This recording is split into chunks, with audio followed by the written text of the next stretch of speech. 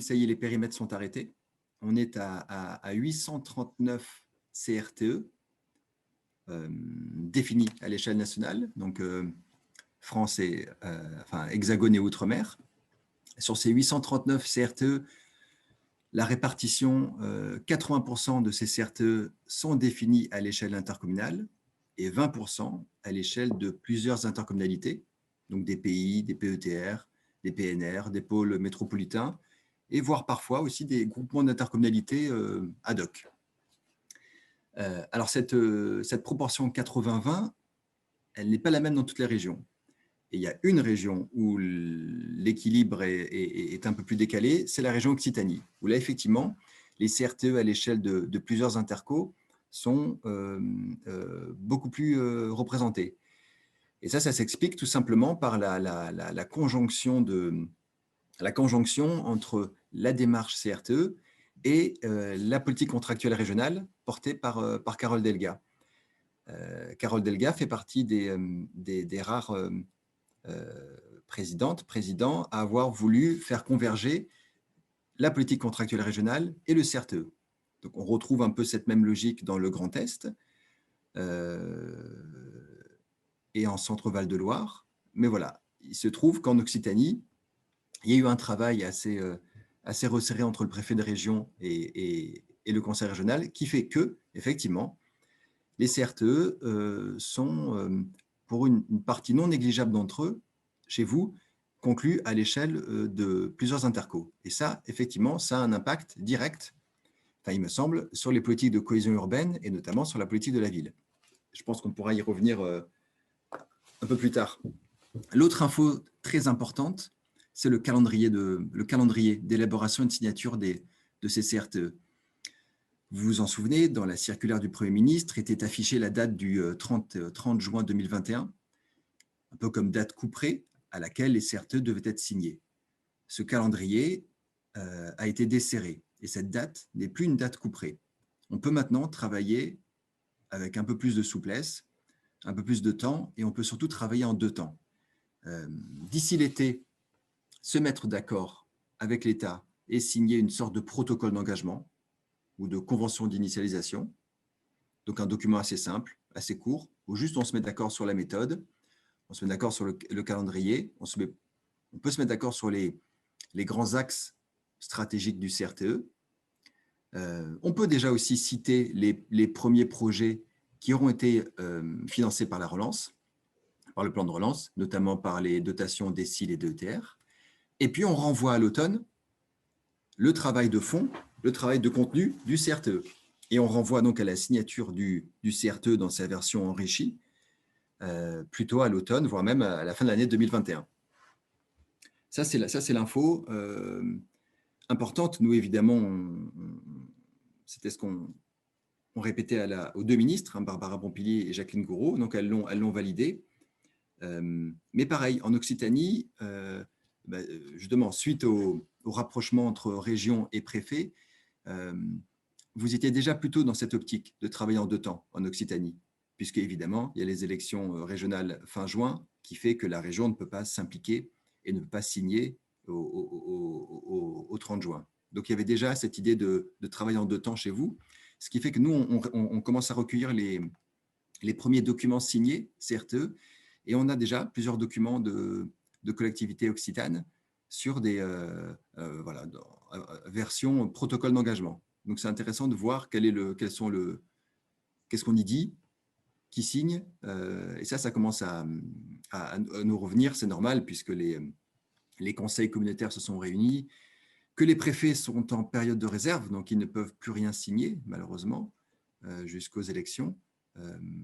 Donc voilà, mais ça, je pense qu'on pourra y revenir. Donc un calendrier desserré, très important, un travail en deux temps, et puis l'association des maires. C'était un sujet qui pouvait faire peur aussi.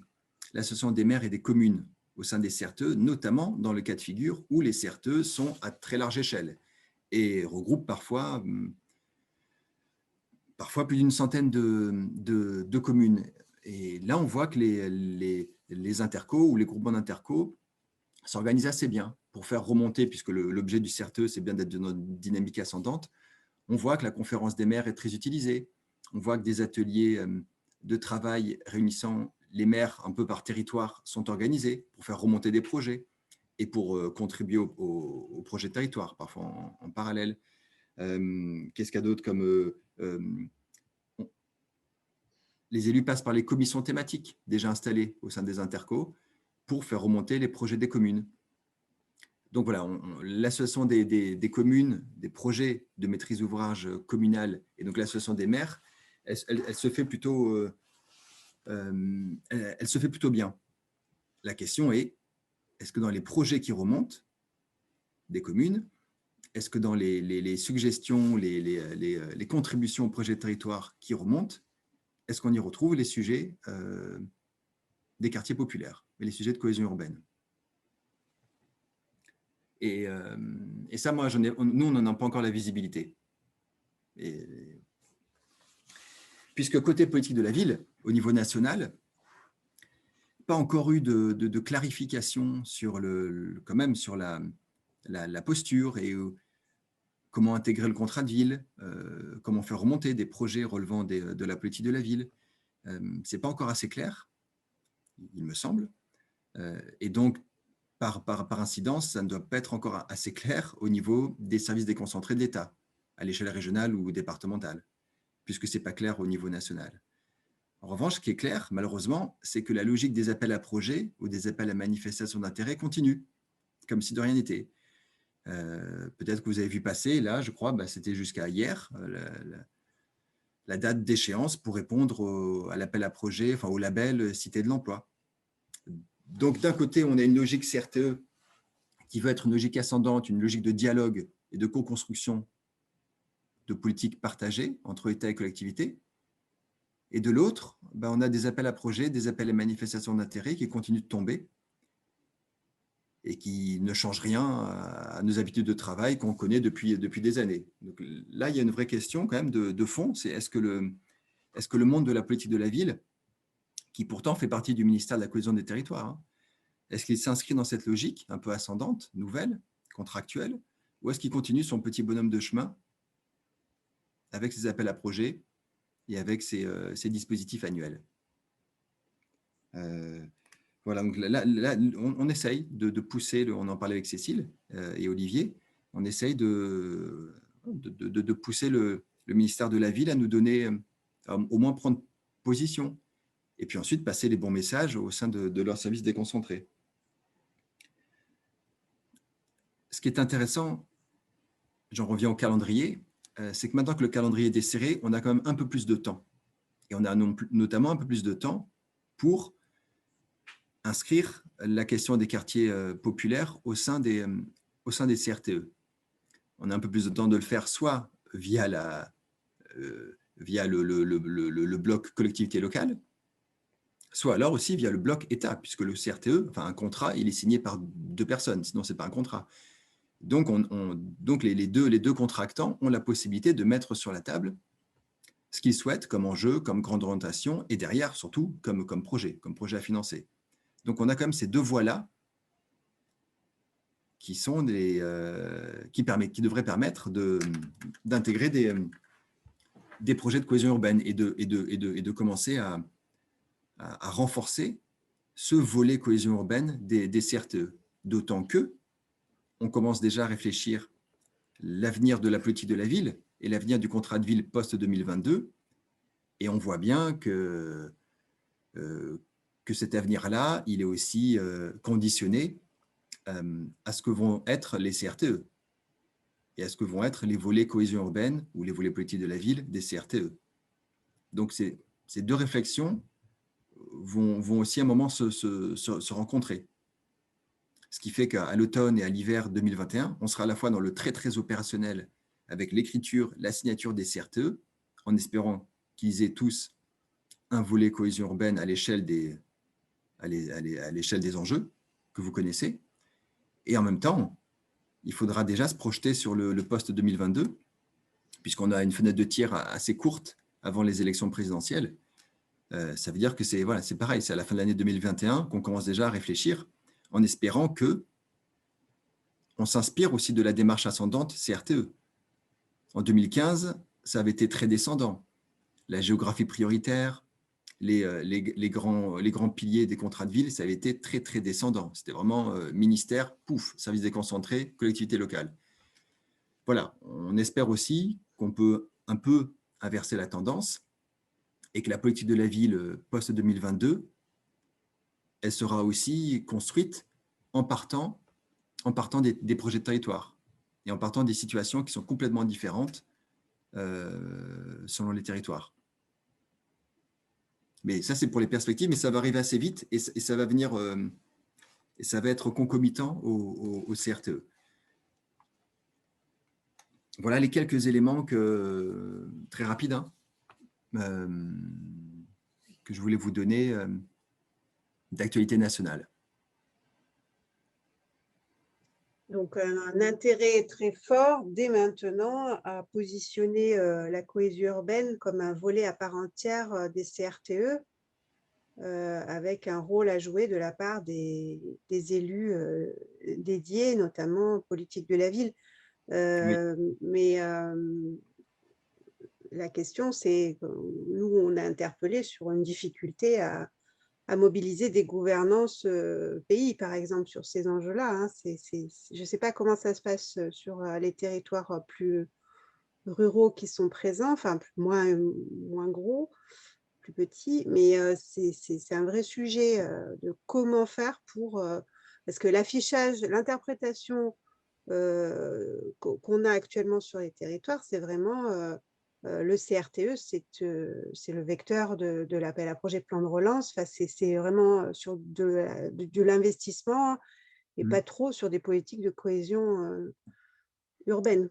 Ouais, on en avait parlé de ça. Et effectivement, à un moment, il y a eu comment dire, confusion entre un CRTE qui, lui, a un objectif de moyen et de long terme, qui est vraiment de financer le projet de territoire 2020-2026 et au-delà, et puis le CRTE, et puis, pardon, le plan de relance, où là, il faut aller très, très vite pour consommer de la décile relance, de la DETR, du FNADT et tous les appels à projets qu'on a ministère par ministère. Et il y a eu, là, à un moment, il y a eu confusion. Or, les deux exercices se font en parallèle, en fait. Et qu'il y a plein de projets communaux, là, qui sont financés par décile, DETR, qui passent hors CRTE. En revanche, à l'automne, on les intégrera, on les listera dans le CRTE pour qu'on ait une vision un peu juste et globale de tout ce qui a été engagé sur le territoire. Mais ça, on le fera a posteriori pour un peu pour le suivi et pour l'affichage. Mais effectivement, le CRTE n'est pas que l'outil pour aller chercher des mesures du plan de relance. Surtout parce que le CRTE, en plus, il peut enfin, vos CRTE ils seront peut-être signés au 1er septembre, au 1er octobre, au 15 novembre. Le plan de relance, c'est maintenant. Même le plan de relance, on l'a déjà consommé au tiers. Il y a déjà eu au tiers au niveau global et au niveau des collectivités locales, il y a déjà eu 5 milliards d'euros d'engagés. Donc, voilà, là, il y a deux temporalités. En revanche, le CRTE, ce qu'il offre, c'est une vraie instance de dialogue sereine avec l'État et non pas 18 copiles, un copile par politique publique, un copile par dispositif, petite ville de demain, action cœur de ville, contrat de ville, territoire d'industrie. Voilà. Au moins, il y a une instance où on peut vraiment discuter avec l'État et en plus avec l'État, comment dire, l'État unifié. L'idée, c'est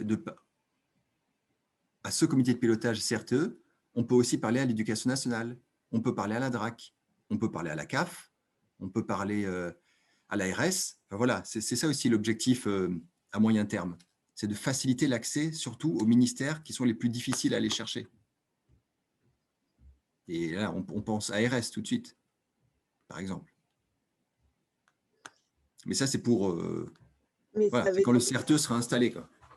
C'est-à-dire qu'on est dans un calendrier 2023, où dès 2022, il faudra faire juxtaposer les gouvernances CRTE et contrat de ville. Non, mais je pense que comment dire, si ça convient aux élus locaux, comment dire, les comitologies spécifiques à chaque contrat pourront perdurer. Si les copies le Petite Ville de demain sont vraiment utiles parce que voilà, c'est concentré sur une commune ou plusieurs communes d'une interco, il faut les garder, on les garde. Pareil pour le contrat de ville. Parce que c'est un écosystème quand même particulier, on le garde. Le CRTE ne vient pas écraser les autres contrats. Il propose, enfin, voilà, soit il se met en document cadre, soit il se substitue, mais s'il se substitue, c'est juste au bon vouloir des élus locaux. Franchement, si les élus locaux veulent garder les copies, tout ce qu'on a dit, un peu sectoriel, il n'y a pas de sujet. Simplement, le copie CRTE, il permet quand même de globaliser tout ça et en plus d'aller chercher des financeurs nouveaux. Et il met à l'agenda politique partagée, donc État-collectivité, certains sujets. Et ça va faciliter les projets qui seront à l'agenda du CRTE, eh bien, ils iront beaucoup plus vite. Et la chose positive pour la politique de la ville, c'est le contrat de ville. C'est qu'on a le contrat de ville. Il a en plus quelques années. Donc, il est rodé, on sait comment ça fonctionne. Et en plus, il est valable jusqu'en décembre 2022. Donc, ce contrat de ville, très souvent, il a fait partie des contrats, ou c'est maintenant, d'ailleurs, ça se passe maintenant, qui permettent d'écrire la première version du CRTE. Ça, au moins, il faut s'en assurer, que le contrat de ville fait bien partie des contrats existants, des documents structurants qui permettent d'écrire le CRTE. De la même manière qu'on retrouve le contrat local de santé, le contrat de ruralité, le contrat de transition écologique, bref, je ne vais pas tous les citer, mais le contrat de ville fait partie des contrats qui sont affichés comme la base d'écriture de cette première version du CRTE. Et ce qui est bien, c'est qu'on a un peu plus de temps. Donc, si vous n'avez pas été, en gros, si vous n'avez pas été sollicité ou si vous n'avez pas réussi à entrer là dans la gouvernance resserrée du protocole, de l'écriture du protocole d'engagement, ce n'est pas très grave. Puisqu'en fait, on a tout l'été plus la rentrée. On a plus de temps. Justement pour aller dans le détail du contenu. Et une dernière question de ma part pour reprendre un peu les questionnements globaux qu'on a pu se poser au fur et à mesure parce que tout le monde n'était pas présent depuis le début. La question du diagnostic à la base du CRTE, elle se pose comment en termes de logique de territoire? Mais étant donné le calendrier qui avait été donné dès le début, même d'ailleurs dès le début ça avait été dit, c'est on ne refait pas un diagnostic. Des diagnostics, on en a déjà fait 15, il n'y a pas besoin d'en faire. On a tous des documents ultra structurants, des PLU, des SCOT, des PLH, voilà, on a des documents qui nous permettent quand même de bien clarifier la situation du territoire, même s'il faut peut-être l'amender évidemment suite aux effets de la crise, mais quand même, on a le document qui devrait nous permettre de ne pas tout refaire un diagnostic. Là, ce serait épuisant et on a autre chose à faire là. Enfin, les collectivités ont autre chose à faire. Donc, l'idée, c'est de partir des documents existants. De la même manière que dans un contrat de ville, vous avez tout un diagnostic intéressant sur la situation des quartiers populaires, des quartiers prioritaires. Donc, c'est pareil, ça peut être ces parties-là peuvent être intégrées au diagnostic, mais la partie diagnostic du CRTE, elle doit pas être. On a parfois la tendance à mettre beaucoup de temps, beaucoup d'énergie dans le diagnostic et donc de fait un peu moins dans le plan d'action. Là, il faut plutôt inverser la tendance. Le diagnostic, on le connaît. S'il y a des inconnus qui sont nés de la crise, on les ajoute, mais on n'en fait pas un document de 40 pages. Ça, non. Et d'ailleurs, c'est plutôt respecté par les services de l'État. Normalement, ils ne vous demandent pas de tout refaire. Non, c'est juste voilà, une compilation, enfin intelligente des différents diagnostics qu'on a déjà. Oui, mais est-ce que je peux? Oui, merci. Avec, je suppose, pour la politique de la ville, quand même, le contrat de ville, donnée particulière, c'est à savoir, normalement, l'évaluation du contrat de vie, pour chacun de nos sites, devrait démarrer cette fin d'année, c'est peut-être essayer de se boucler. Alors, moi, quand je dis évaluation, c'est évaluation prospective. C'est bouclé, on va dire, dans le meilleur des cas, fin d'été 2022. Donc, c'est obligatoire par rapport à la proposition de programme. Donc, effectivement, pour les sites qui sont en CRTE, c'est pas simple quoi, de refaire, de savoir quelles actions. C'est-à-dire qu'on anticipe un petit peu toute cette évaluation. Il faut la faire en simultané. Je ne sais pas si je suis clair. Je ne sais pas si c'est moi, mais je n'ai pas très bien entendu. On n'entend pas très bien, Béatrice. Tu n'as pas un moyen d'améliorer le son? La question que tu poses, c'est est-ce que l'évaluation, la démarche d'évaluation des contrats de ville ne va pas percuter la démarche d'élaboration des CRTE? Oui, c'est bien traduit. Oui, bien sûr. En 2 mots. Mais oui, c'est ça. Parce que c'est qu'on va demander aux équipes politiques de la ville d'évaluer un contrat de ville passé, enfin encore en cours et passé, alors qu'à côté d'eux, est en train de se construire un CRTE. Il ne faudrait pas que l'exercice d'évaluation prenne le temps que vous avez de disponible pour venir alimenter et enrichir le CRTE. Ça, c'est très clair. Et c'est ce qu'on demande comme clarification auprès de la ministre. C'est qu'il ne faudrait surtout pas que les équipes politiques de la ville soient occupées par l'évaluation, qui est un exercice à faire, hein, c'est évidemment. Hein. Mais il ne faut pas que ce soit… Il faut que ce soit bien articulé pour que l'évaluation, aide à alimenter le CRTE. Parce que quand même, là, il faut se tourner… Enfin, c'est ce que tu dis, Béatrice, enfin, c'est ce que je peux comprendre. Il ne faut plus se tourner dans une vision de prospective, enfin que de se tourner vers l'arrière et d'évaluer dispositif par dispositif. Donc, il y a quand même il y a une occasion à ne pas louper quand même avec ce CRTE. Oui, mais c'est comme tu veux. Et vous m'entendez mieux ou pas? Moyen. Moyen, bon, excusez-moi, je n'arrive pas pour l'instant à trouver un bon réglage. Tout va dépendre effectivement de la position par rapport aux évaluations sont indispensables. Et de la position du niveau national et du coup de la répercussion sur le local et qui déjà nous en parle. On va avoir les moyens aussi d'ailleurs de lancer sur le privé. Oui, excusez-moi, pour rebondir, je ne sais pas si vous m'entendez, oui. Pour rebondir sur ce que vient de dire Béatrice, c'est que pour alimenter le CRTE, se pose la question du pilotage. Donc nous, on est concernés, ça représente 4 communautés de communes.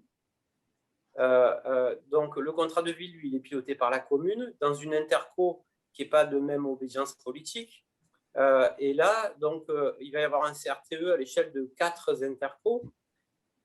Donc se pose la question du pilotage politique et technique.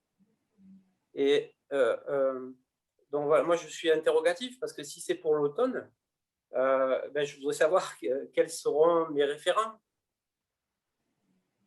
Alors, le CRTE, effectivement, il est piloté par la collectivité signataire du CRTE. Donc, effectivement, dans votre cas, c'est le pays. Et c'est donc la gouvernance, enfin l'exécutif du pays. Sauf que il y a assez peu quand même de projets qui seront de maîtrise d'ouvrage pays. Les pays n'ont pas beaucoup de compétences. Donc, la très grande majorité des projets qui seront inscrits dans la CRTE seront de maîtrise d'ouvrage des 4 intercos et de toutes les communes membres de ces 4 intercos, plus des acteurs associatifs et des acteurs privés qui pourront aussi venir émarger. Donc, ça, on ne le sait pas encore puisque c'est tout neuf.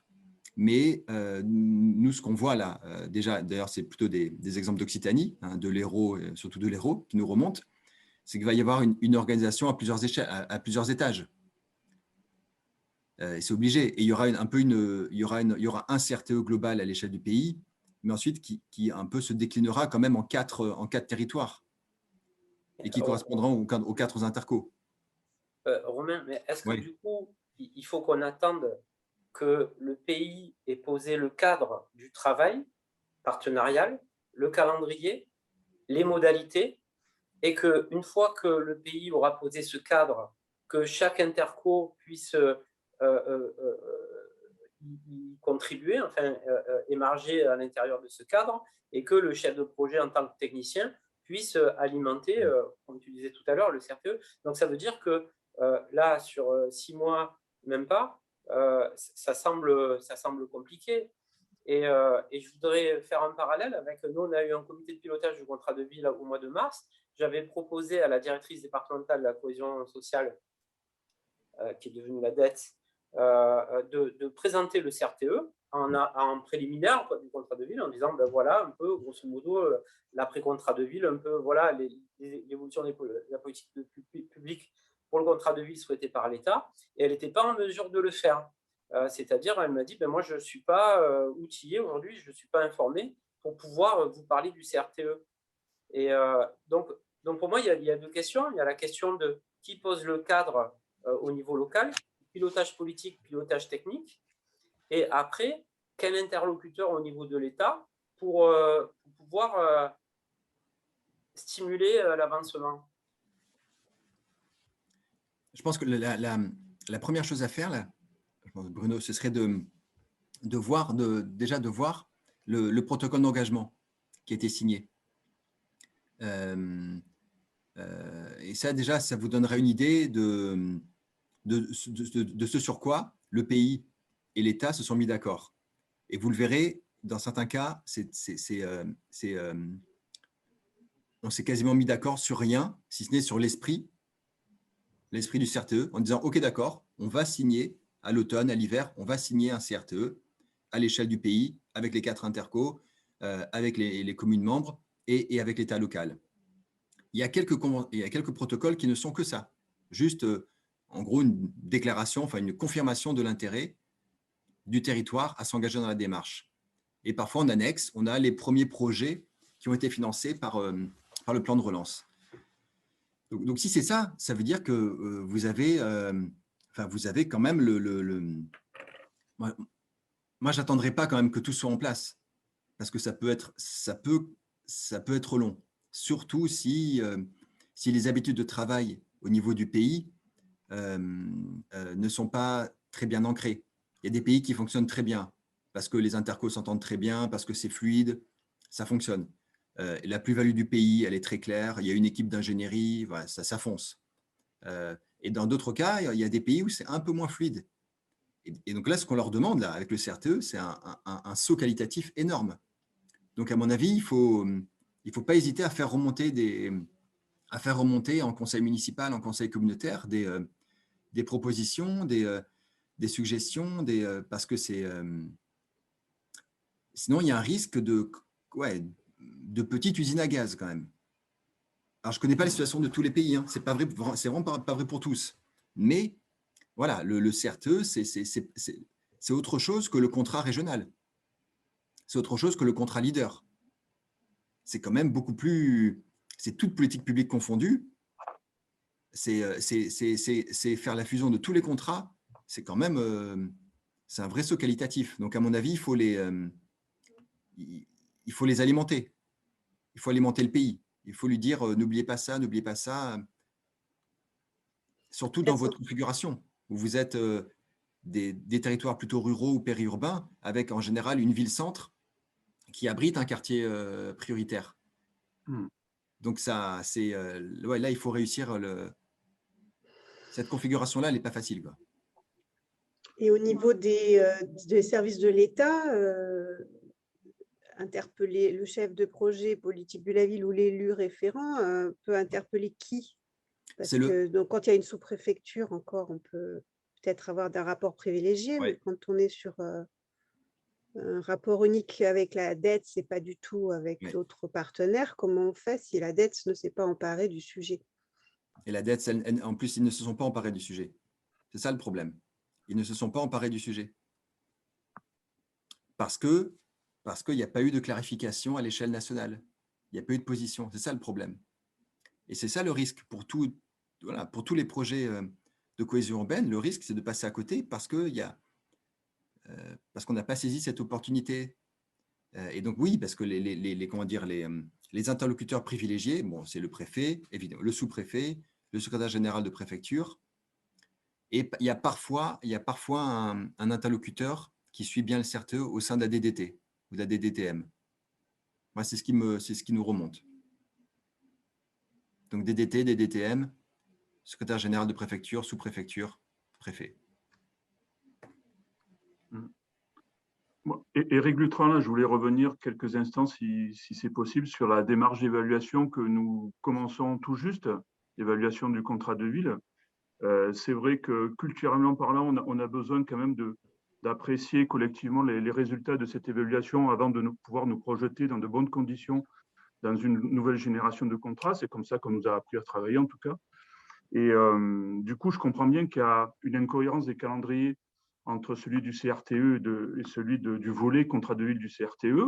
Mais est-ce qu'on peut imaginer 2022, par exemple, une année de transition pour le contrat de ville, avec comme perspective, à l'issue de 2022, d'intégrer les résultats de cette évaluation, comme le prévoit la loi d'ailleurs, dans la définition du prochain volet du contrat de ville du CRTE.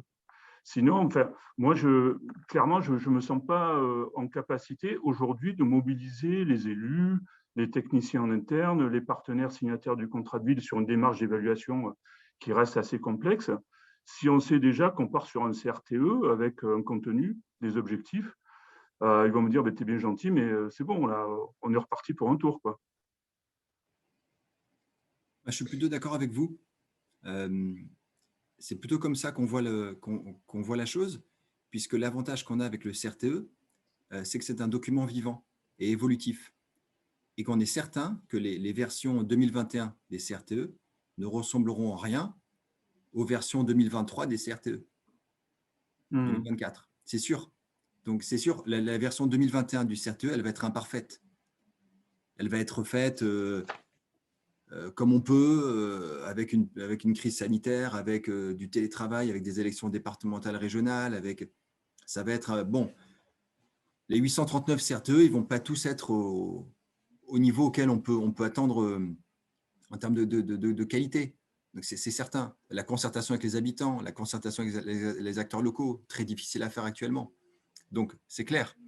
Ce qui fait qu'on peut se dire que la version 2022, la version 2023 seront enrichis de nouvelles données et de nouvelles initiatives. Et on peut tout à fait se dire que, effectivement, le contrat de ville, de toute façon, lui, il perdure jusqu'en 2022, et qu'effectivement, l'année 2022, comme vous le dites, année de transition qui permet de bien évaluer, faire le point sur ce qui a bien fonctionné, ce qui a moins bien fonctionné, prendre aussi en considération les grandes orientations nationales sur les quartiers qui sortiront de l'élection présidentielle, parce que c'est pour ça aussi que les contrats de ville avaient été reportés à 2022. C'était pour faire tout le mandat actuel du président.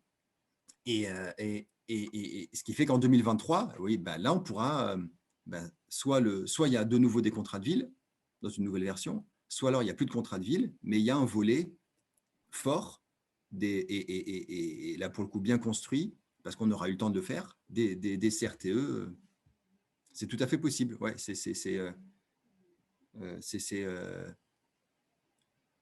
pareil, parce que ce caractère évolutif vivant du CRTE, il a aussi été mis en place parce qu'on sait que nos projets de territoire, ils évoluent. Et qu'entre le projet de territoire qui est décidé en début de mandat et puis en cours de mandat, il y a parfois des chocs économiques, il y a parfois des chocs territoriaux, il y a parfois des réajustements. Donc, ça sert à ça. Pareil pour l'État. Parfois, l'État lance quelque chose. Il lance Petite Ville de demain, par exemple. Peut-être que le prochain, c'est quoi? Peut-être le village de demain, le village du futur. Eh bien, plutôt que de lancer un appel à projet, ça passera par les CRTE. Donc, ça sert à ça, le CRTE. Est-ce qu'il n'y a pas un enjeu quand même d'ancrage en 2022 de futures évolutions du CRTE déjà à prévoir en 2023 pour qu'il y ait un canal d'écoute et un canal de prise en compte par la gouvernance CRTE des enjeux politiques de la ville, enfin en tout cas cohésion urbaine. Est-ce que ce n'est pas l'objectif qu'on pourrait se donner pour 2022, à la fois de faire un travail d'évaluation, mais en même temps un travail d'alerte ou d'ancrage des relations avec la gouvernance du CRTE pour pouvoir ensuite facilement Oui, faire évoluer le CRTE avec une vraie prise en compte. Parce que moi, j'ai peur que si la politique de la ville n'est pas du tout calculée dès le départ, on n'ait jamais cette écoute au niveau de la gouvernance. Bon, quand c'est à l'échelle d'une communauté d'agglo, d'une métropole, on n'est peut-être pas sur les mêmes enjeux, mais ouais. sur des territoires plus ruraux. Non, non, très clairement, c'est ce que disait Bruno, sur cette configuration-là, c'est clair il faut convaincre. Enfin, il faut convaincre, faut argumenter et il faut faire comprendre, c'est sûr. Donc effectivement, s'il y a un message fort national qui dit attention, 2023, c'est l'échéance, 2023, vos CRTE, ils seront enrichis, s'ils ne le sont pas déjà, ils seront enrichis d'un volet cohésion urbaine et sociale. Oui, ça va mieux. En tout cas, ça facilite le travail des services de l'État, puisque là, pour le coup, on aura des dettes, des dreads qui seront courants. Ça va faciliter les choses quand même. Et puis, ça peut effectivement faciliter aussi la mobilisation notamment dans la configuration pays PETR. C'est clair.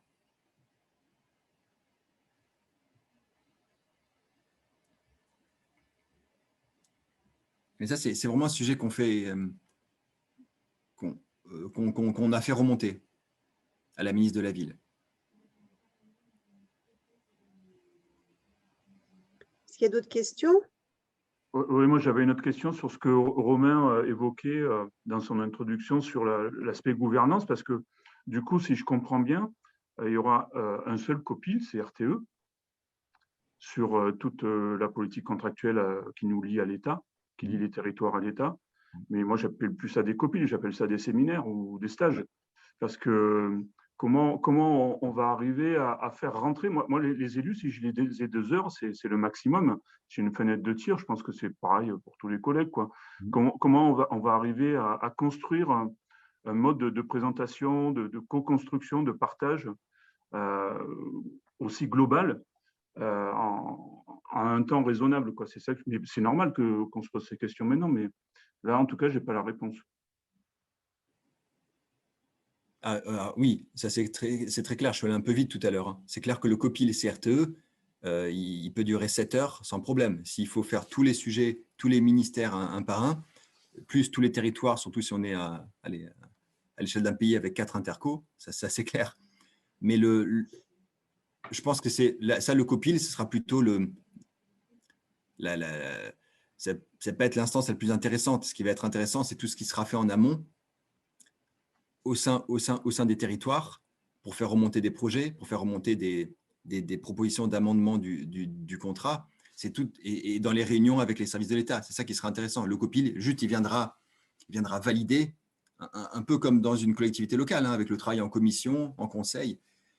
Il viendra valider et entériner des décisions de la gouvernance, donc de la gouvernance partagée État-collectivité du CRTE. Ce COPIL, voilà, il viendra. Et au COPIL, il n'y aura pas tout le monde. Enfin, c'est clair. Il y aura, là, pour le coup, il y aura la gouvernance du CRTE, côté collectivité locale, et puis les services de l'État, soit représentés par le préfet, soit représentés dans leur diversité, plus la CAF, plus. Mais oui, c'est clair qu'il y a. Ça veut dire qu'il faut se mettre en mode projet. Et ça veut dire qu'il faut une vision globale, transversale. Donc là, oui, c'est vrai qu'il y aura un travail de transversalité à faire mais qui pourrait être intéressant, parce qu'on pourra s'apercevoir là parfois des redondances, parfois des trous dans la raquette, et on pourra alerter l'État. Donc mais oui, c'est clair que le COPIL en lui-même, il faudra rester raisonnable, c'est vrai. C'est pour ça que un COPIL CRTE ne vient pas forcément supplanter d'autres COPIL si il est jugé bon de les garder. En fait, le COPIL CRTE s'est inspiré fortement du COPIL contrat de ville dans la transversalité qu'il va proposer. et qui n'est pas forcément quelque chose de pratiqué sur d'autres sujets, c'est ça, et de vérifier la cohérence Ouais. territoriale de toutes les actions menées, qu'il n'y ait pas de redondance. Et tu disais aussi d'interpeller des partenaires financiers notamment, ou de mettre à disposition de l'ingénierie collective, c'est ça, ou pas Ouais. du tout? Oui, aussi, oui, oui, bien sûr. Et c'est aussi, ça permettra de dire à la CAF, ben là, il y a un trou, regardez, dans les structures de petite enfance, il y a un écart entre tel et tel. Enfin, je dis un exemple. Ça permettra à l'ARS de venir discuter de manière plus sérieuse avec les territoires. Enfin, ça peut être un outil c'est aussi un outil de décloisonnement et un outil pour aller chercher les ministères qu'on a du mal à aller chercher.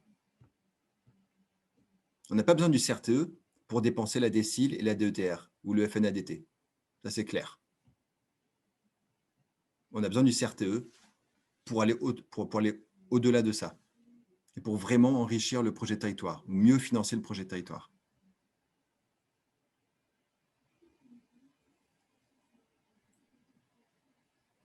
Comment ça se présente sur Carcassonne, là?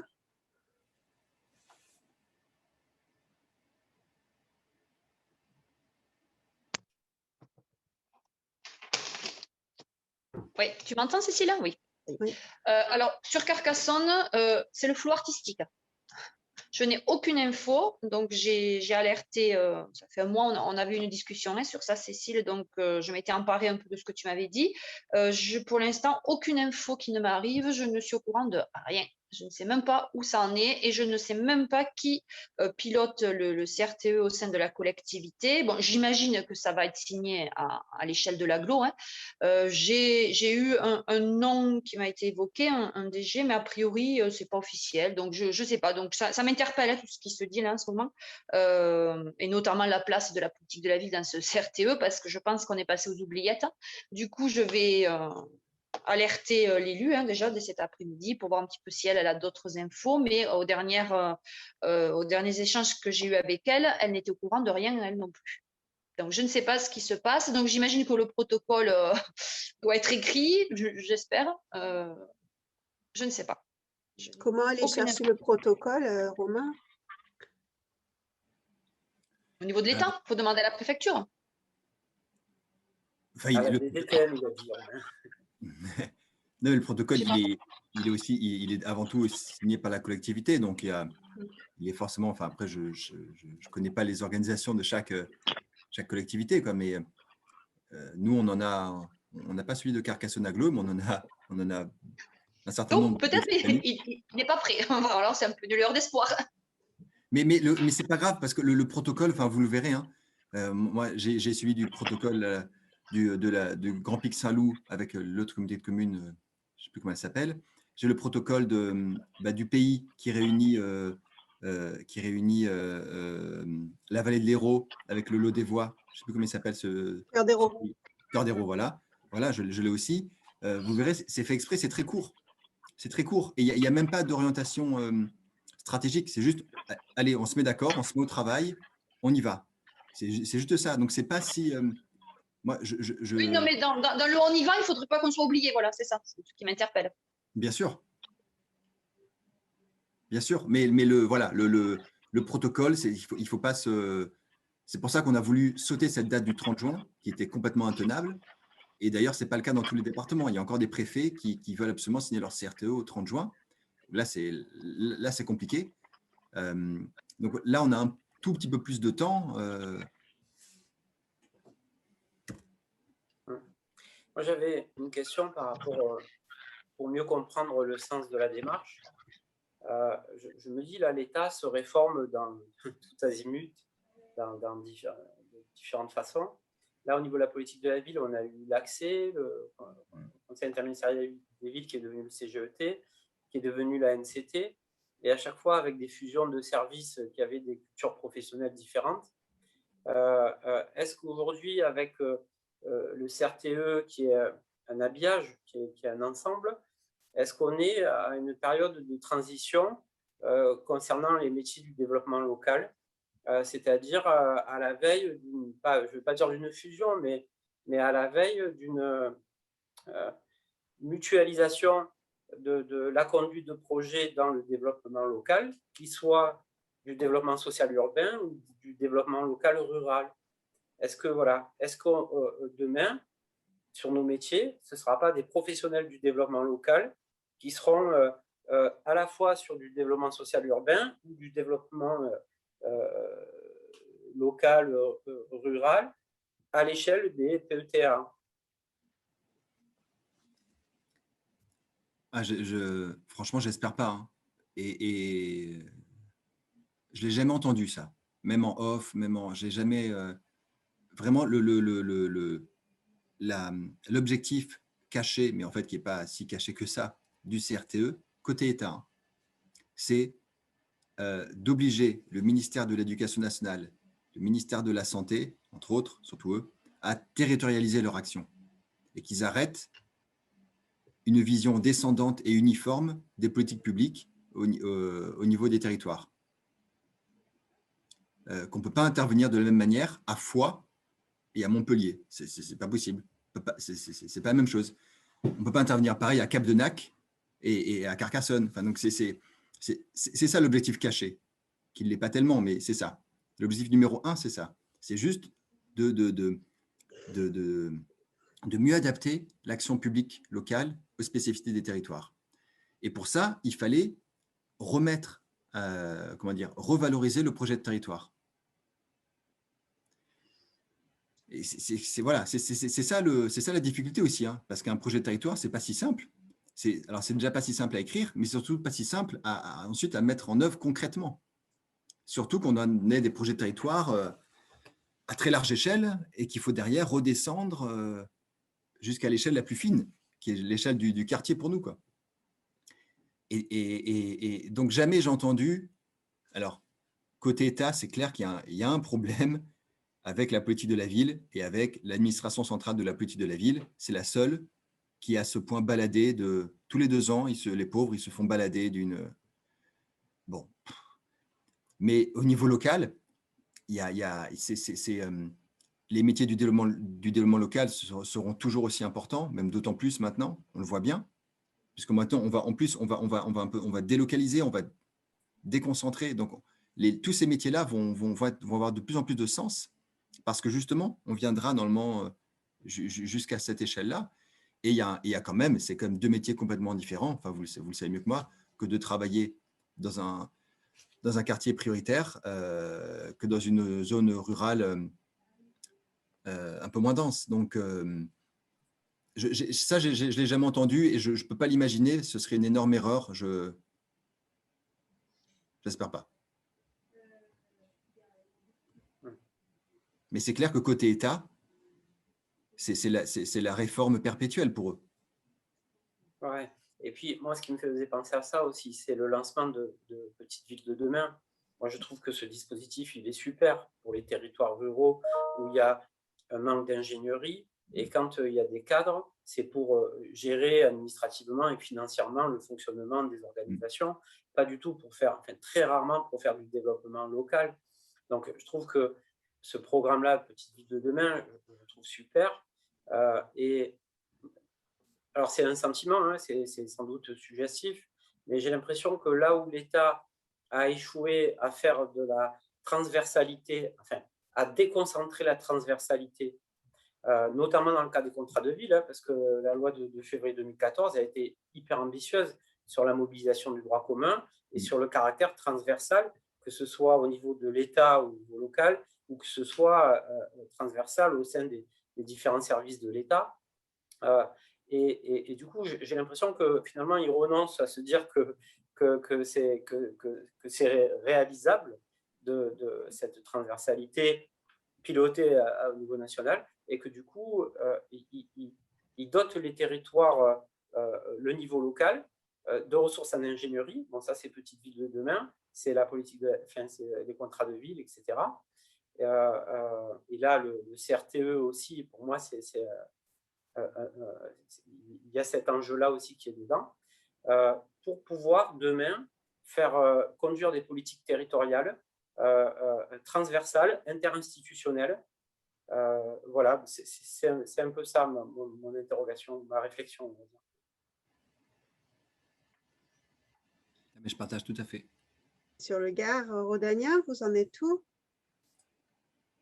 Alors, sur le Gard rhodanien, on a une personne qui a été désignée pour suivre ce dossier. Et pour l'instant, les retours sont à sens unique. Donc, je n'ai que peu d'éléments à partager. Voilà. Mais bientôt.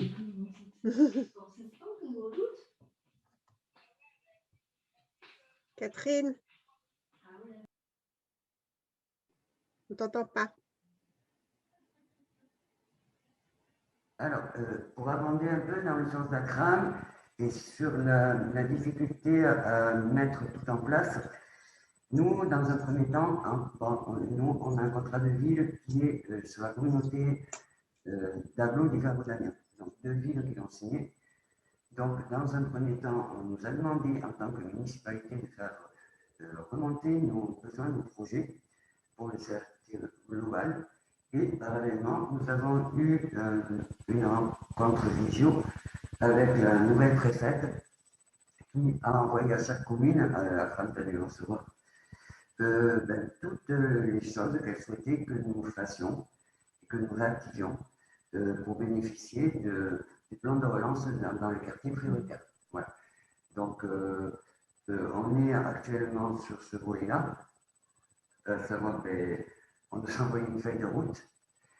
Madame la préfète nous a envoyé une feuille de route par commune et on s'attache à essayer de relancer les points que je souhaite que l'on voit relancer. Ce sont effectivement souvent des projets qui sont déjà mis en place, qui sont dans les tuyaux. Néanmoins, nous, on nous a imposé un calendrier très serré.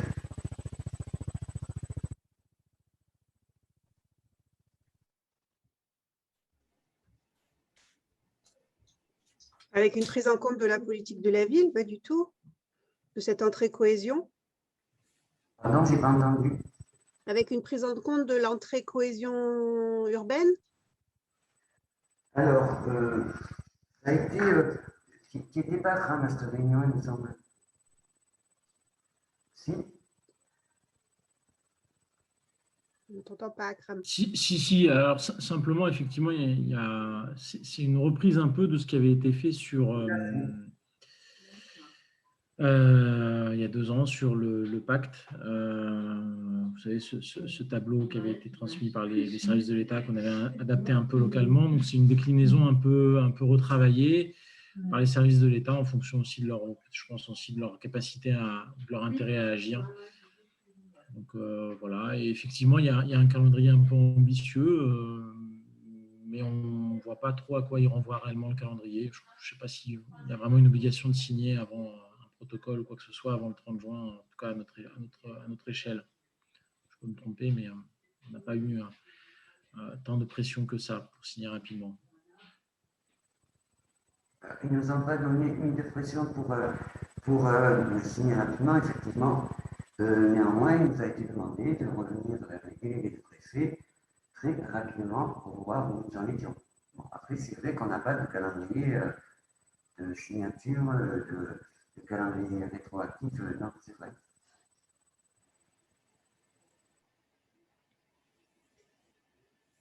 Et sur Nîmes Métropole? Moi, je vais aller à la pêche aux références RTE chez nous. Je n'ai pas vu passer de délibération relative à la signature d'un protocole. Donc, je vais faire remonter tout ce qui a été dit. Puis, s'il y a un référent, etc., essayer de ne pas rater le wagon. Et Blandine sur Alès, etc. Ouais, alors moi je n'avais pas d'informations non plus, donc j'ai interpellé le DG de l'Aglo à ce sujet-là. voilà, sur où en était le CRTE, et puis surtout savoir voilà, quelle articulation avec la politique de la ville, parce qu'on est absolument pas associé à cette réflexion-là. Il m'a dit que c'était absolument pas normal qu'on ne soit pas associé, mais j'ai pas de nouveau. J'ai pas de nouvelles depuis, donc j'attends patiemment, mais je vais interpeller, du coup, je pense directement le sous-préfet, voilà, pour savoir un peu comment ça s'organise, est-ce qu'il y a quelque chose de signé ou pas, et voilà, pour aussi lui glisser que ça serait bien qu'il n'oublie pas la politique de la ville et voir comment on peut travailler ensemble. D'accord. Et sur cet agglo,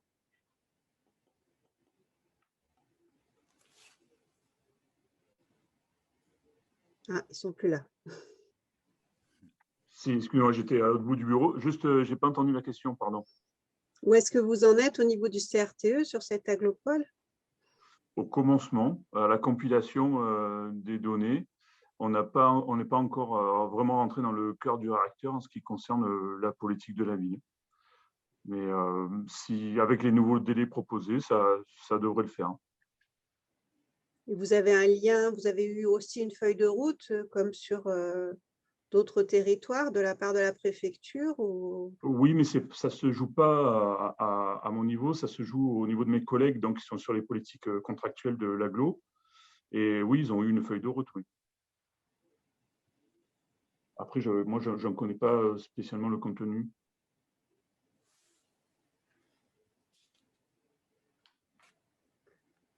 Ok. Donc, la politique de la ville n'est pas vraiment associée à la réflexion collective de l'intercommunalité. Ça, c'est une interprétation peut-être un peu exagérée.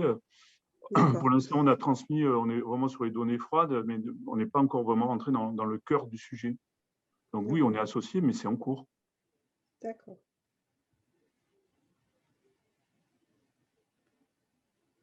C'est ça, en fait. Hein. Je pense que le contenu du contrat, donc les grandes orientations en matière de politique publique, on n'y est pas encore. Donc, c'est presque c'est plutôt logique qu'on n'en soit pas encore à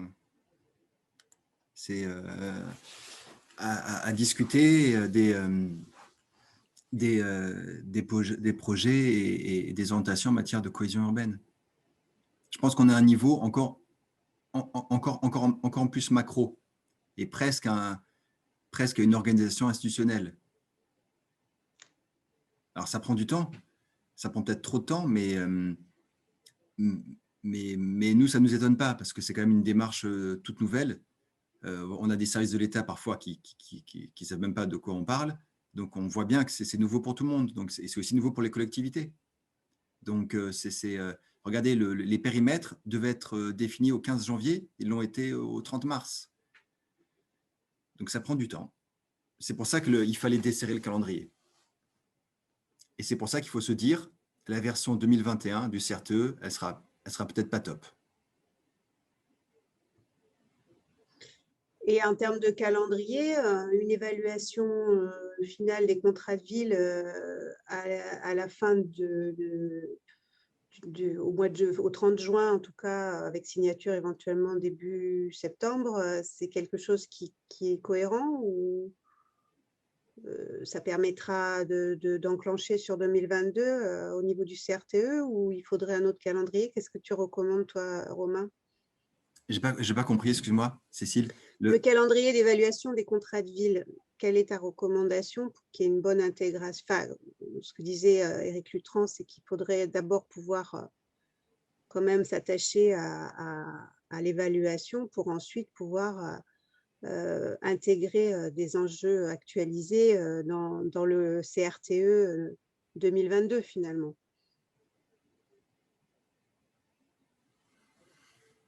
Oui.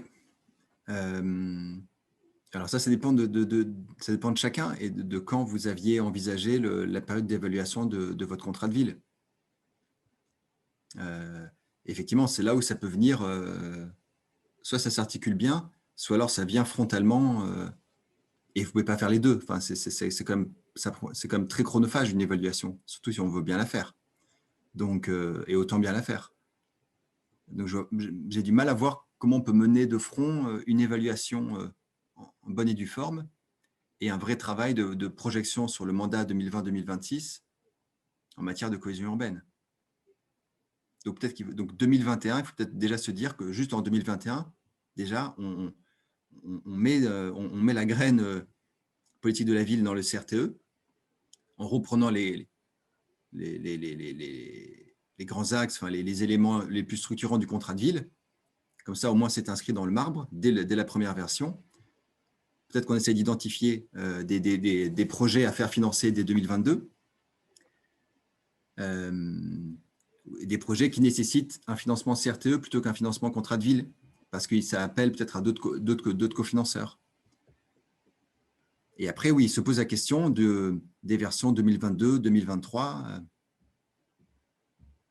Et c'est là où on peut peut-être travailler à une bonne articulation entre le temps de l'évaluation du contrat de ville et le temps de construction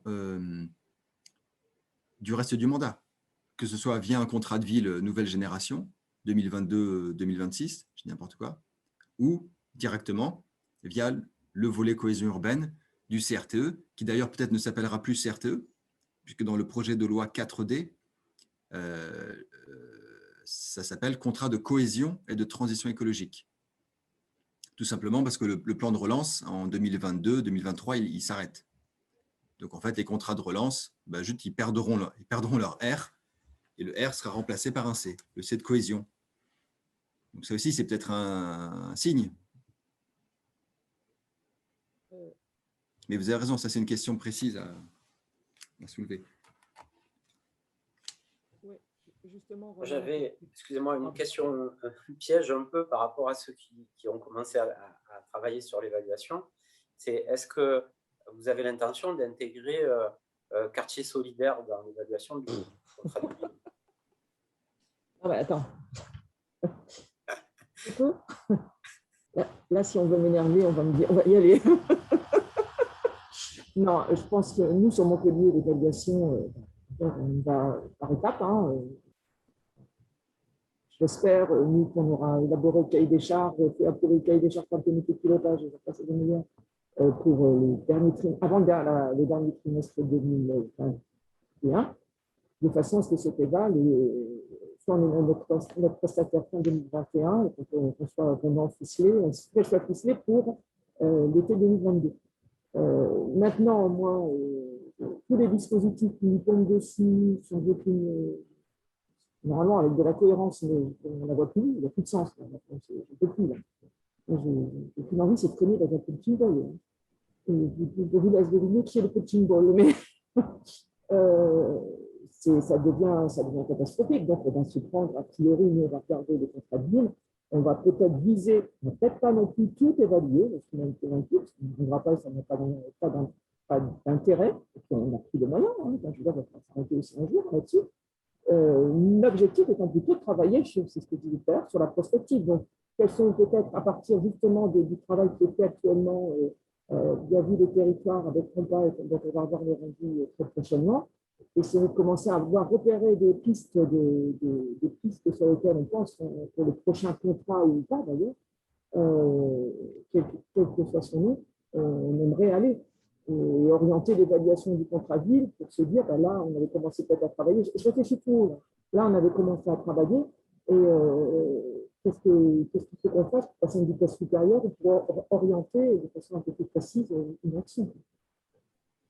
Donc, pour répondre à la question du quartier solidaire, a priori, au moment où je parle, intégrer la démarche, l'approche, pour moi, ça n'a pas de sens, parce que le quartier solidaire, c'est quoi? C'est un appel à projet parmi tant d'autres et qui permet de mobiliser des financements particuliers.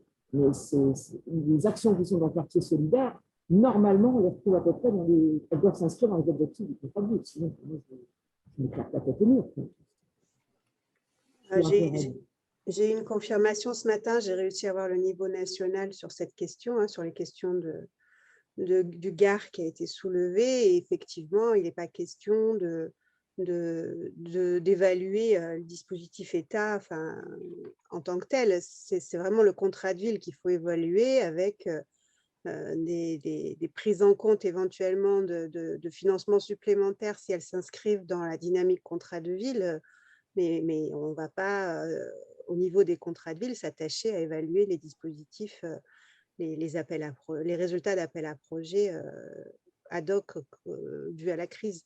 Donc ça, c'est très clair au niveau national.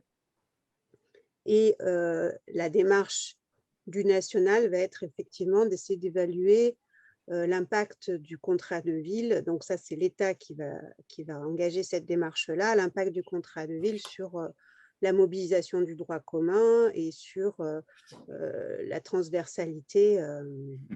Donc ça, c'était une des questions posées. Ça va être fait normalement sur une démarche propre à la NCT. L'idée, c'est qu'il y ait peut-être une résonance au niveau des contrats de ville. Est-ce que, effectivement, Blandine, tu as levé la main, hein, j'ai vu. Oui, tu es là. Donc, il y a peut-être une résonance intéressante sur la mobilisation du droit commun au niveau local, mais c'est un sujet qui va être débattu, qui va être traité au niveau de l'ANCT. Blandine et ensuite Béatrice. Ouais, c'est juste pour échanger avec Bruno là, sur cette question de quartier solidaire. En termes d'évaluation, on n'est quand même pas non plus sur ces actions-là, sur des actions structurantes, voilà, vraiment travailler. On est un peu sur des actions ponctuelles on a une enveloppe qui tombe, il faut trouver des actions, etc. Mais là où je pense que ça peut être intéressant quand même de s'y pencher, c'est parce que c'est des actions, enfin en tout cas, nous on le voit sur notre territoire, qui vont répondre à des besoins qui ont émergé dans les mois qui, depuis le début de l'année, on peut dire ça, suite à des conditions sanitaires aussi qui ont été relativement compliquées. Enfin, pour nous, c'est vraiment des réponses à quelque chose qui s'est passé, à des nouveaux enjeux qui ont émergé, qu'on n'avait pas forcément pris en compte, nous, dans le cadre d'une programmation annuelle classique. Et voilà, en ce sens, je pense que ça peut aussi être assez intéressant. Parce que ça révèle éventuellement des nouveaux besoins qu'on n'avait pas identifiés. Enfin voilà, nous en tout cas, c'est ce qu'on sent sur notre territoire. Voilà, des enjeux en termes de fracture numérique, en termes de continuité éducative, qui n'étaient pas forcément dans notre évaluation de mi-parcours, enfin qui étaient, mais pas à cette mesure-là. Et du coup, voilà, sur quartier solidaire, quartier d'été, voilà, ça permet de toucher du doigt quelque chose. Donc, nous, on va l'appréhender, je pense, de cette manière-là. Mais on ne va pas évaluer spécifiquement et l'intégrer comme des actions emploi qui sont quand même un peu plus structurantes. Voilà. Béatrice ? Oui, moi, c'était une question parce que donc, tu as peut-être plus d'infos. Ou Romain, qui disait tout à l'heure que présentement, on attendait des choses en haut, je le sais. Mais comment ça se prépare, j'allais dire, au niveau de la LCT, l'évaluation des contrats de ville, les trucs qui nous sortiraient, ce n'est pas une circulaire, mais un guide de l'évaluation comme ça avait fait il y a déjà quelques années. Est-ce qu'il y a des échéances qui s'annoncent? Voilà. Quelles sont les informations off et pas off du niveau national? Alors, moi, je vais faire un retour rapide de ce que j'ai pu avoir comme info ce matin. Et ensuite, Romain, tu compléteras si tu as d'autres infos. Mais c'est en train d'être réfléchi à l'échelle nationale. Normalement, vendredi, il y aura un peu plus de retours. J'aurai un retour. Mais a priori, on m'a dit qu'il y avait énormément d'éléments déjà avec le guide qui avait été sorti, hein, le guide. Il y aura pas a priori, il n'y aura pas de nouvelles directives très différentes de ce qu'on a déjà. Donc, le guide est déjà actualisé, enfin, il sera peut-être actualisé, mais à la marge, et puis est déjà présent, en tout cas, ce guide. Et puis, sur Sigville, je ne sais pas si vous avez vu, mais il y a énormément de fiches renouvelées, très actualisées, qui vont pouvoir alimenter votre démarche d'observation. Avec des données carreaux, Bruno, je pourrais vous montrer comment aller les chercher. Il s'agit juste de faire 2 clics et on a aussi les données carroyées comme on avait au démarrage. Donc, voilà. Donc, a priori, le niveau national m'a dit vous pouvez commencer à accompagner les territoires. Enfin, les territoires peuvent commencer en tout cas à enclencher leur démarche d'évaluation. Il n'y aura pas de contre-indication majeure. Il y aura peut-être des précisions, mais pas plus. Romain, tu as d'autres éléments, toi? Sur la démarche d'évaluation, Oui. non. Mais sur sur les premières réflexions sur la géographie prioritaire Oui. et le futur et le contrat de ville post-2022. Oui, là, en fait, la période de tir, elle est courte. Hein. C'est entre maintenant et janvier 2022. Après, c'est fini. On n'engagera plus rien. C'est la campagne. Et ensuite, c'est l'élection. Et pour être prêt au 1er janvier 2023, commencer à travailler en juin 2022, c'est trop tard. Donc, en fait, toutes ces réflexions-là, c'est pour ça que je vous dis qu'il y a croisement des réflexions, parce qu'il y a ça aussi là qui se joue, ou en tout cas qui va se jouer. Et je sais qu'en septembre, ils vont lancer une réflexion sur l'avenir de la politique de la ville. Et les collectivités, le terrain sera associé ou pas? C'est ça, c'est ce que je vous disais tout à l'heure. Est-ce que c'est encore un travail en chambre avec une géographie prioritaire découpée en chambres, ou est-ce qu'on fait une vraie concertation, quitte aussi à ne pas être d'accord. Et puis après, l'État tranche, puisque la politique de la ville n'est pas une politique décentralisée.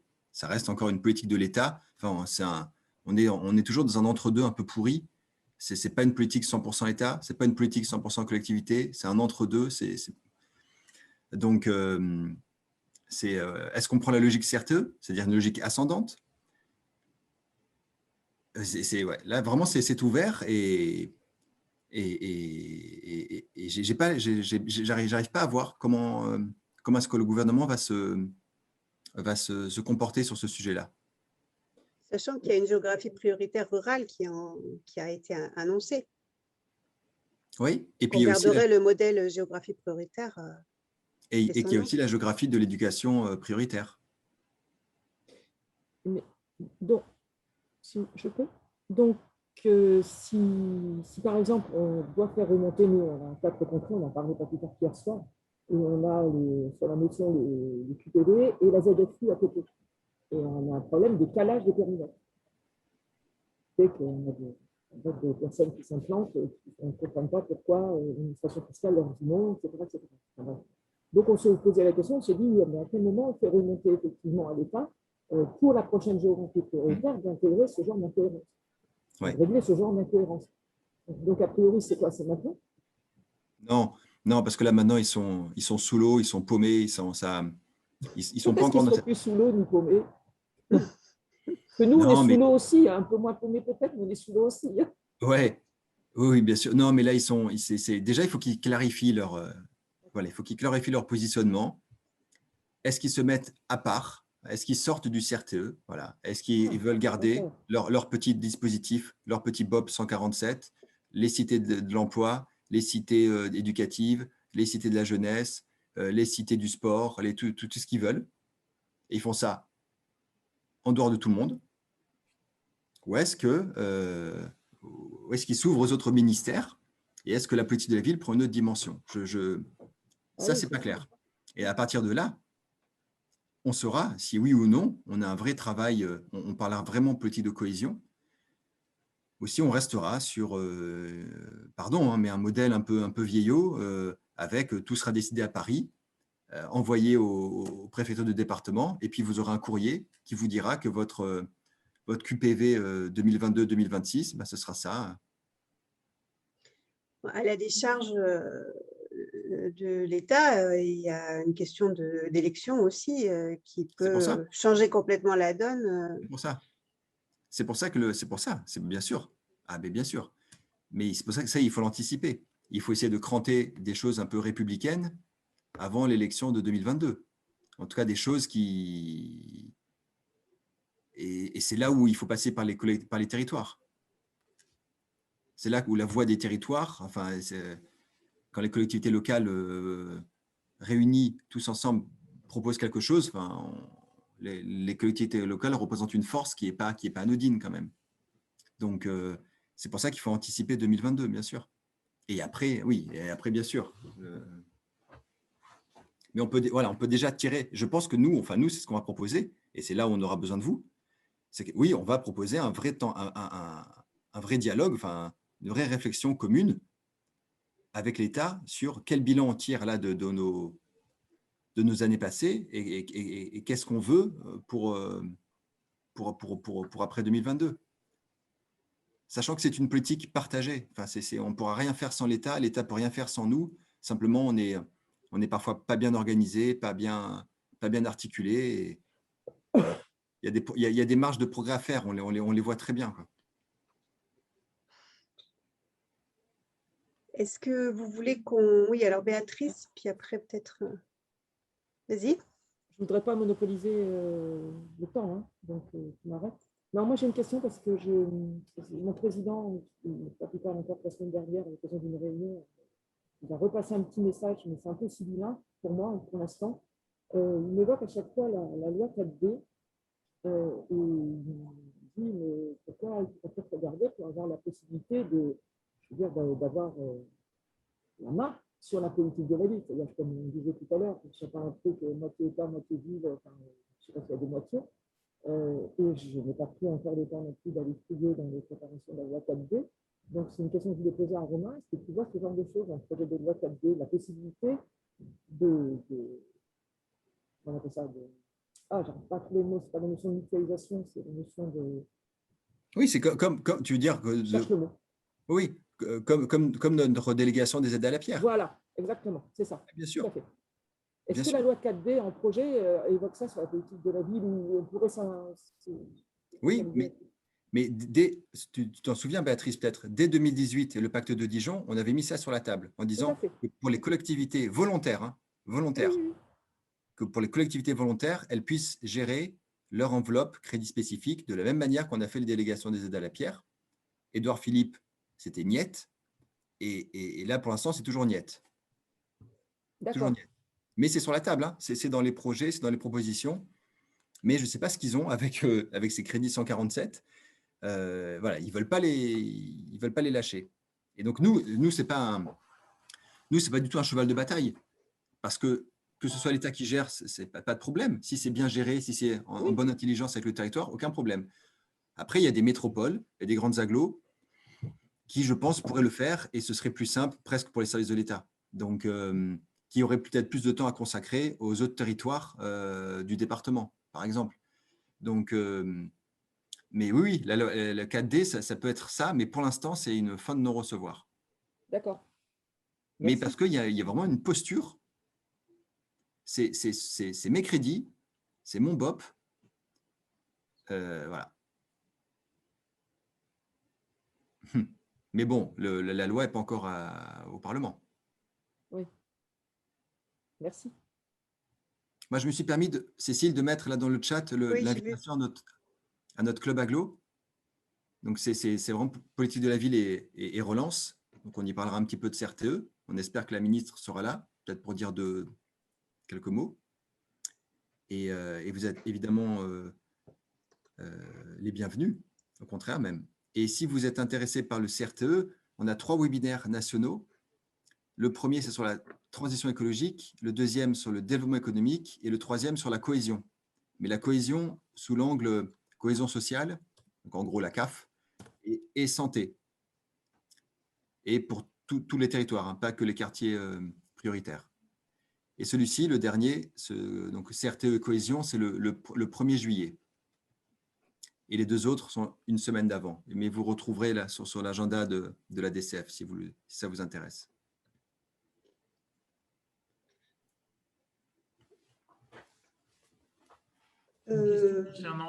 Excusez-moi. Romain, peut-être juste une question pour revenir sur la gouvernance et sur le protocole.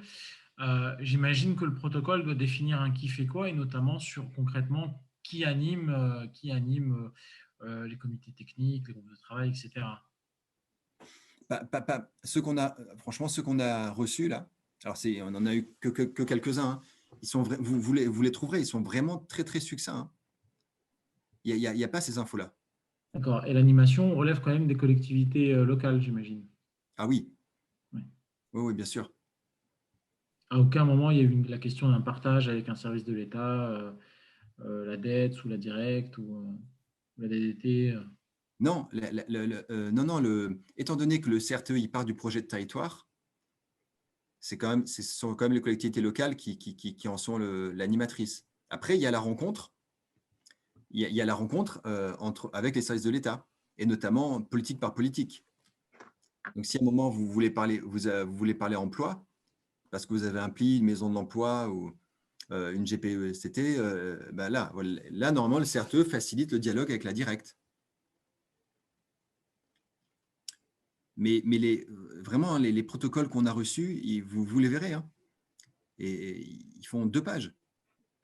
C'est vraiment une déclaration d'intérêt commune, État-collectivité, c'est tout. Et on se donne rendez-vous à l'automne. Ok. D'autres questions? Josian, on ne vous a pas entendu?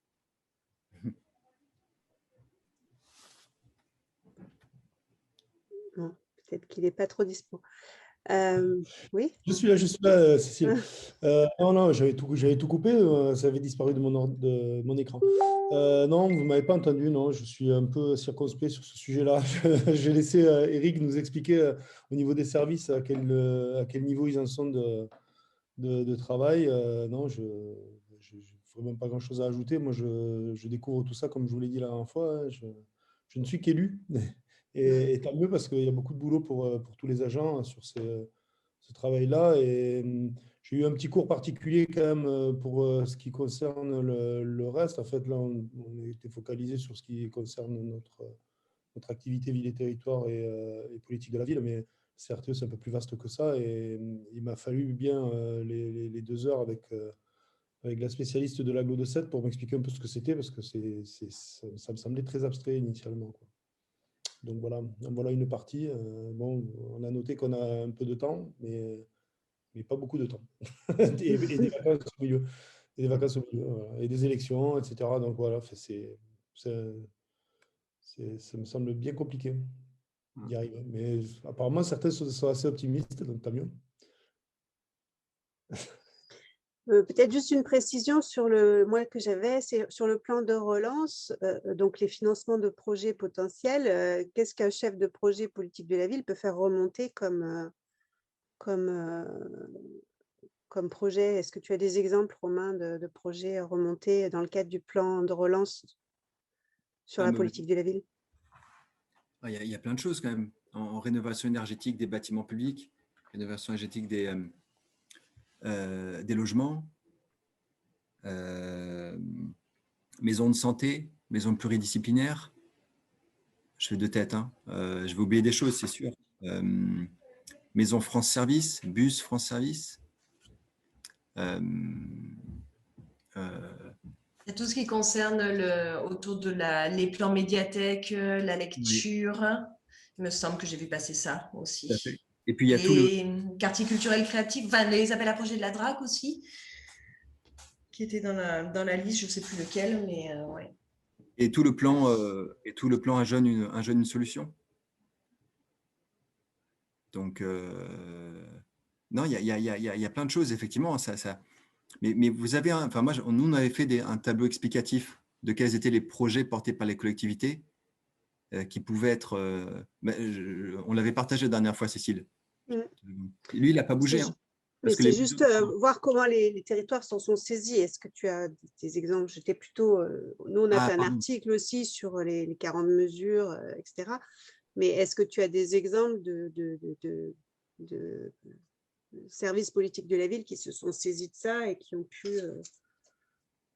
Voilà, bon, après, effectivement, il y a les financements classiques qui dépassent un peu le seul service politique de la ville, on est d'accord. Ok, bon, alors on reviendra à notre liste. D'autres questions? Donc, l'idée, c'est vraiment de passer peut-être par le club des agglos de Romain et de la DCF et puis les différentes commissions thématiques. Est-ce que des personnes qui ne sont pas les personnes présentes peuvent toutes participer ou il faut vraiment être adhérent à DCF? Comment tu vois ça? Est-ce qu'on peut utiliser ce vecteur-là pour aller plus loin dans la discussion et pour faire remonter des positionnements régionaux, enfin en tout cas occitans? Ah, mais le Club Aglo, c'est un webinaire, donc il y a très peu d'interco non adhérentes en Occitanie, donc il y a peu de chances que vous ne puissiez pas y participer. Et puis après, moi je vous dis, oui, nous, on essaye, là, on est quand même beaucoup sur le CRTE à l'échelle globale, mais petit à petit, nous aussi, on va rentrer dans le contenu. D'ailleurs, c'est ce qu'on fait avec nos 3 webinaires nationaux là, qui arrivent. Et là, on aura besoin de vous pour, voilà, la question de l'évaluation, je l'ai bien noté, et d'utiliser l'évaluation vraiment pour se mettre dans la perspective de la politique de la ville post-2022 et donc peut-être du CRTE, ça c'est très important. Ça, il faut clarifier, quoi. Donc, le calendrier qu'on a discuté avec la NCT ce matin, c'était vraiment septembre-juin, quoi. Hein. Alors, voir comment ça s'articule avec le CRTE. Donc, ça reste une question pour vous. Ouais. Ah oui. Tu voulais dire? Non, mais qu'on reste en contact tous les deux, et comme ça, avec tout ton réseau, pour se tenir au courant de comment ça se passe au niveau local, de comment ça se passe, quelles sont les grandes décisions, s'il y en a, hein, au niveau national. Et je pense qu'à un moment, on va avoir besoin de vous pour pousser à une vraie réflexion sur c'est quoi la politique de la ville après 2022, nonobstant l'élection présidentielle de l'année prochaine, quoi.